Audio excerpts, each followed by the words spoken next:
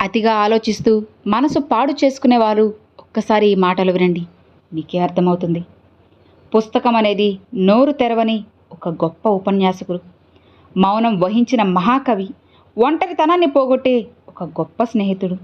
నిజమే కదా. మనసులో ఎలాంటి కల్మషం లేకుండా మనిషి మనిషిగా జీవించడమే అసలైన మహనీయం. అంటే జీవితం ఒక రంగస్థలం. నువ్వు ఎంత బాగా నటిస్తే అంతమంది నీ చుట్టూ చేరి నీ భజన చేస్తారు. లేదంటే నువ్వు ఒంటరిగా బ్రతకాల్సింది. విచక్షణతో ఆలోచించడం అలవాటు చేసుకున్నప్పుడు మనమే మనకు మార్గదర్శకులుగా మారుతాం. నిజమే కదా. మూర్ఖులకు ఇచ్చే అద్భుతమైన సమాధానం ఏంటో తెలుసా? మౌనం.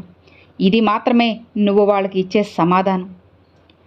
ఆకలితో ఉన్నప్పుడు దొరకని అన్నం, అలసిపోయినప్పుడు దొరకని నీడ, దుఃఖంలో రాని బంధాలు, కష్టంలో రాని స్నేహాలు, చనిపోయిన తర్వాత చూపించే ప్రేమ అన్నీ ఉన్నా వ్యర్థమే కదా. గర్వం. అగ్గి అనుకుందట, నేను తలచుకుంటే మంచు పర్వతాన్ని కూడా కరగదీయగలను అని. కానీ నీటిగా మారిన మంచు అరక్షణంలో అగ్గిని మొత్తం ఆర్పేసింది. గర్వం అక్కడితో అణిచేసింది. నిజమే కదా. గుర్తుపెట్టుకోవాలి, కాలం ఎన్నో పరీక్షలు పెడుతుంది. మనల్ని భయపెట్టడానికి కాదు, జీవితం అనే కథలో మనల్ని మరింత బలపరచడానికి. అన్ని కలల కంటే అత్యంత కష్టమైన కళ కష్టం వచ్చినప్పుడు నవ్వుతూ బ్రతకడమే. నిజమేనా? అలసిపోయిన తనువు హాయిగా నిద్రపొమ్మంటే కుదురు లేని మనసు కునుకుపోనివ్వడం లేదు. బాధలు, బాధ్యతలు బాహ్య శరీరానికి భారమంతా గుండె గుమ్మం లోపల గుబులు రేపుతుంటే కునుకు అసలు ఎలా వస్తుందో మీరే ఆలోచించండి. మీకే ఆ సమాధానం దొరుకుతుంది. వయసు అనేది మీరే కొద్దీ జీవితం ఎంత విలువైనదో మనకి తెలిసొస్తుంది. నాటకీయతకు, వివాదాలకు, ఒత్తిళ్లకు దూరంగా ఉండాలనిపిస్తుంది. మంచి స్నేహాలు, హాయిగా ఉండే ఇల్లు, కాసింత తిండి, సరదా పరిచయాలు, ఇవే కదా మనకి అత్యంత అవసరమైనవి. సర్దుకుంటున్నాం కాదని ప్రతిసారి కూడా అణచివేయాలని చూడకు. కర్మ ఎవ్వరినీ కూడా వదిలిపెట్టదు. ఖచ్చితంగా తగిన గుణపాఠం నీకు నేర్పించే వెళుతుంది. గుర్తుపెట్టుకో, మన నాన్న కోపానికి కారణం ఏంటో తెలుసుకుంటే మన నాన్న హీరో అవుతారు. అది మనం తెలుసుకోకపోయినా, అర్థం చేసుకోలేకపోయినా విలన్గా మారిపోతారు. నిజమే కదా. కాలం ఎప్పుడు ఏ రంగు చూపిస్తుందో ఎవ్వరికీ తెలియదు. లేకపోతే రాత్రికి రాజ్యాన్ని పొందాల్సిన రాముడికి ఉదయానికే వనవాసం వచ్చేది కాదు కదా. వాదించి, మనిషిని వేధించి మనసుని ఎప్పటికీ గెలవలేం. గౌరవం, ప్రేమ, స్నేహం అనేవి అతి తక్కువ సమయంలో ఎక్కువ లాభాలు తెచ్చిపెట్టే పెట్టుబడులు. మనం ఎంతిస్తే అంతకి రెట్టింపు మన దగ్గరికి ఖచ్చితంగా వస్తుంది. అసలు ఇప్పుడున్న ఈ రోజుల్లో సహాయం అనేది అత్యవసర పరిస్థితుల్లో మాత్రమే చేయాలి. లేదంటే అది పూర్తిగా మన వ్యక్తిత్వాన్ని కోల్పోయేలా చేస్తుంది. కొంతమందికి మనం ఎంత చేసినా సరే కనపడనప్పుడు చేయడం వల్ల ప్రయోజనం ఉండదు. మనం చేయకుండా ఉండడమే మంచిది. ఎవ్వరూ నమ్మలేని అక్షర సత్యం చెప్పనా? నీ ఎదురుగా నిల్చొని నీ ముఖం చూసి నీ గురించి మాట్లాడడం చేతగాని వారే నీ వెనుక నీ వ్యక్తిత్వాన్ని విమర్శిస్తూ మాట్లాడతారు. అలాంటి వారెప్పుడూ కూడా జీవితంలో నీ వెనకే ఉంటారు అని మర్చిపోకు. క్షమాపణ. అసలు క్షమాపణ అంటే ఒప్పుకోవడం ఒక్కడే కాదు, ఒప్పుకొని విడిచిపెట్టడం కూడా. క్షమించడం, క్షమించాను అని చెప్పడం మాత్రమే కాదు, జీవితాంతం ఆ సంఘటన మరలా ఎత్తకూడదు అని. అర్థమవుతుందా? నీలో కొన్ని కొందరికి నచ్చుతాయి, కొందరిలో కొన్ని నీకు నచ్చుతాయి. నీలో అన్నీ ఒకరికి నచ్చవు, ఒక్కరిలో అన్నీ నీకు నచ్చవు. ఇది సహజమని నువ్వు గుర్తుపెట్టుకో. కొన్ని సందర్భాల్లో నిశ్శబ్దంగా ఉండడం నేర్చుకోవాలి. ఎందుకంటే నాణ్యము చేసినంత శబ్దం విలువైన నోట్లు చేయవు కదా. కంట్లో ఉండే కన్నీరు అందరికీ కనిపిస్తుంది, కానీ గుండెల్లో ఎంత బాధ ఉందో ఎవ్వరికీ తెలియదు. అందుకే కావలసిన వాళ్ళ దగ్గర ఏడుస్తారు, అందరి ముందు నవ్వుతారు, ఆ బాధను దాచేస్తారు. నీ కళ్ళకి నువ్వే బానిస అవ్వాలి అని గుర్తుపెట్టుకో. చదువు అనేది చేదుగా ఉంటుంది, కానీ అది ఇచ్చే ఫలాలు మాత్రం ఎప్పుడూ కూడా చాలా తీయగా ఉంటాయి. జీవితంలో గొప్ప స్థాయికి ఎదిగేంత వరకు చెవులను మూసుకోండి. ఎదిగిన తరువాత మీ నోటిని మూసుకోండి. ఒక్కటి మాత్రం ఖచ్చితంగా చెప్పగలను, నీ విలువ, నీ పనితనం విలువ తెలియాలి అంటే ఇతరులు ఏదైనా అడిగిన వెంటనే స్పందించడం నువ్వు మానేసేయి. సంపద పోయినా, కష్టమైనా సరే మళ్ళీ సంపాదించుకునే ప్రయత్నం చేయవచ్చు. కానీ ఒక్కసారి బంధం చేజార్చుకుంటే ఎంత ప్రయత్నించినా తిరిగి పొందడం చాలా కష్టం.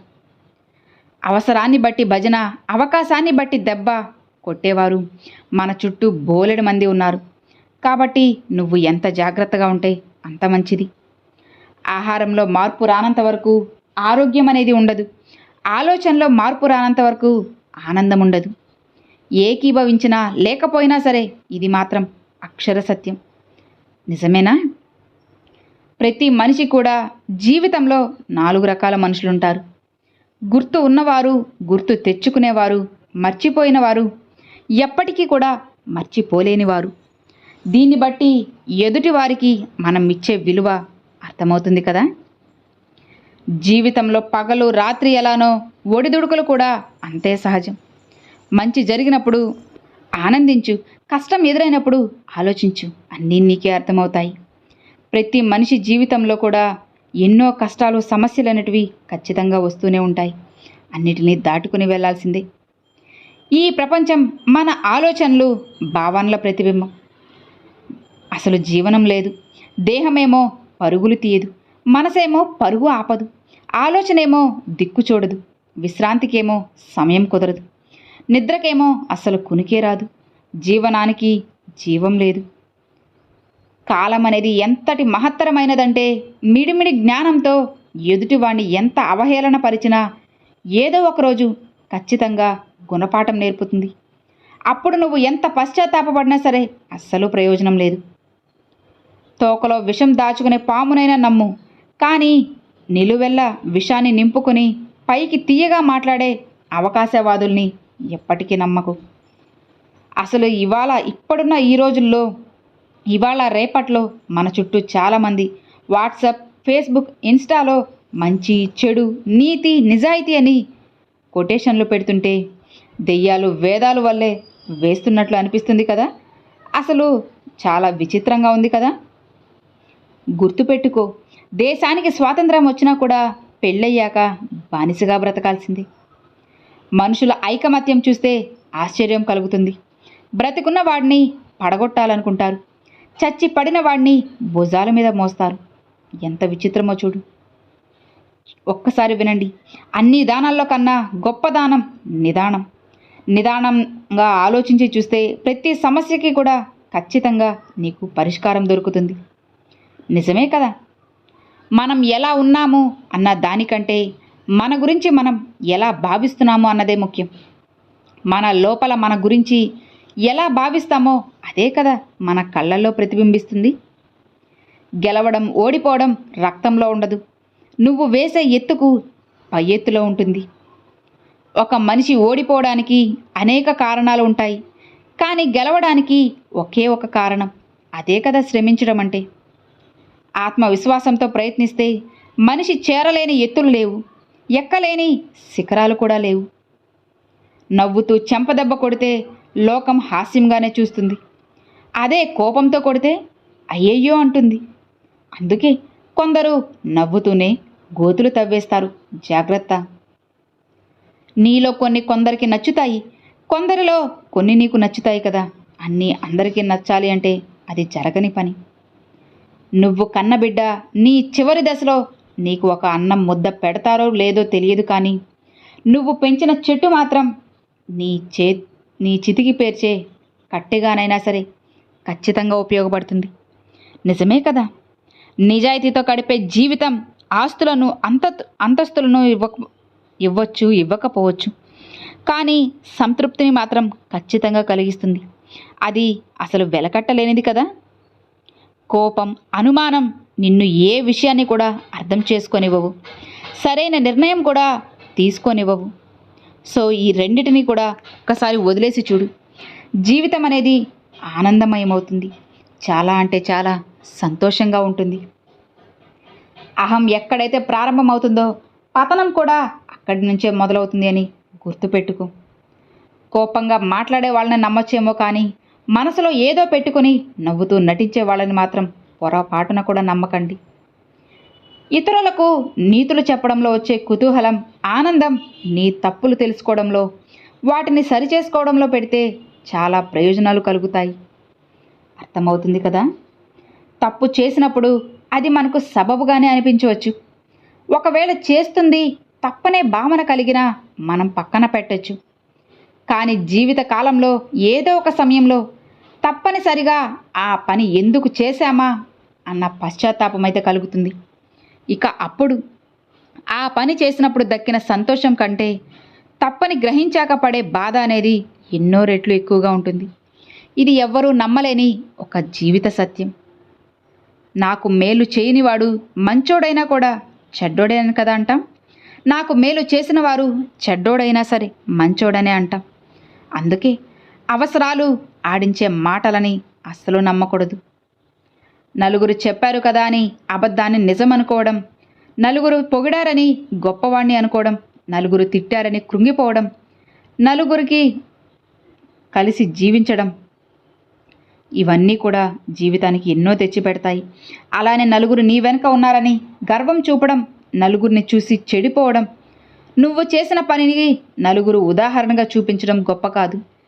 నువ్వు ఎంతమందిలో ఉన్నా నీలా నువ్వు ఉండడం గొప్ప, నీలా నువ్వు జీవించగలడం గొప్ప.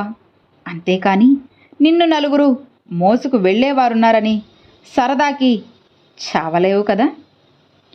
కొమ్మల్లో కూర్చున్న కోకిల కనపడదు, కానీ దాని పాట మధురంగా అందరికీ వినిపిస్తుంది. అలానే మనసు ఎక్కడుందో ఎవ్వరికీ తెలియదు, కానీ అది పెట్టే బాధ మాత్రం అనుభవిస్తూనే ఉంటాం. నిజమేనా? గతం చేసిన తప్పులను దిద్దుకునేందుకు భగవంతుడు ఇచ్చే మరో అవకాశమే భవిష్యత్తు అంటే.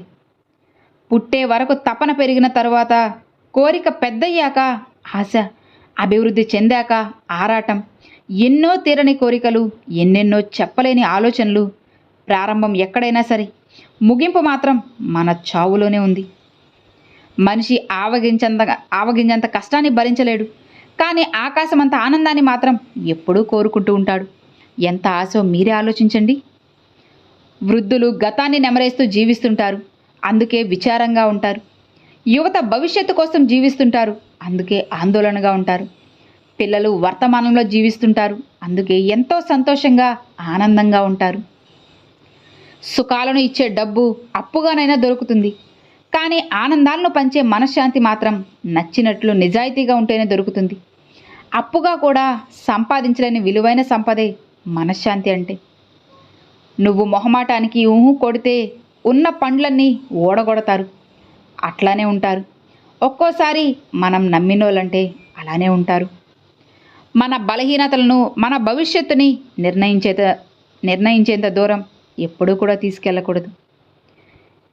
ఇప్పటి ఆలోచనల ఫలితమే ఇప్పటి మన పరిస్థితులు, నేటి మన ఆలోచనల ఫలితమే భవిష్యత్తులో మన పరిస్థితులు ఉంటాయి. కాబట్టి అందరూ కూడా బీ కేర్ఫుల్, చాలా జాగ్రత్తగా ఉండాలి. బలవంతపు బంధాలు, భావోద్వేగపు జీవితాలు, ఎవరికీ చెప్పుకోలేని ఏడుపులు, నవ్వుని నటిస్తున్న ప్రాణాలు అన్నిటినీ వదిలేస్తే బాగుంటుందనే ఆలోచనలు, ఎటూ తేల్చుకోలేని మానసిక సంఘర్షణలు. కొన్ని జీవితాలు ఇలానే ఉంటాయి.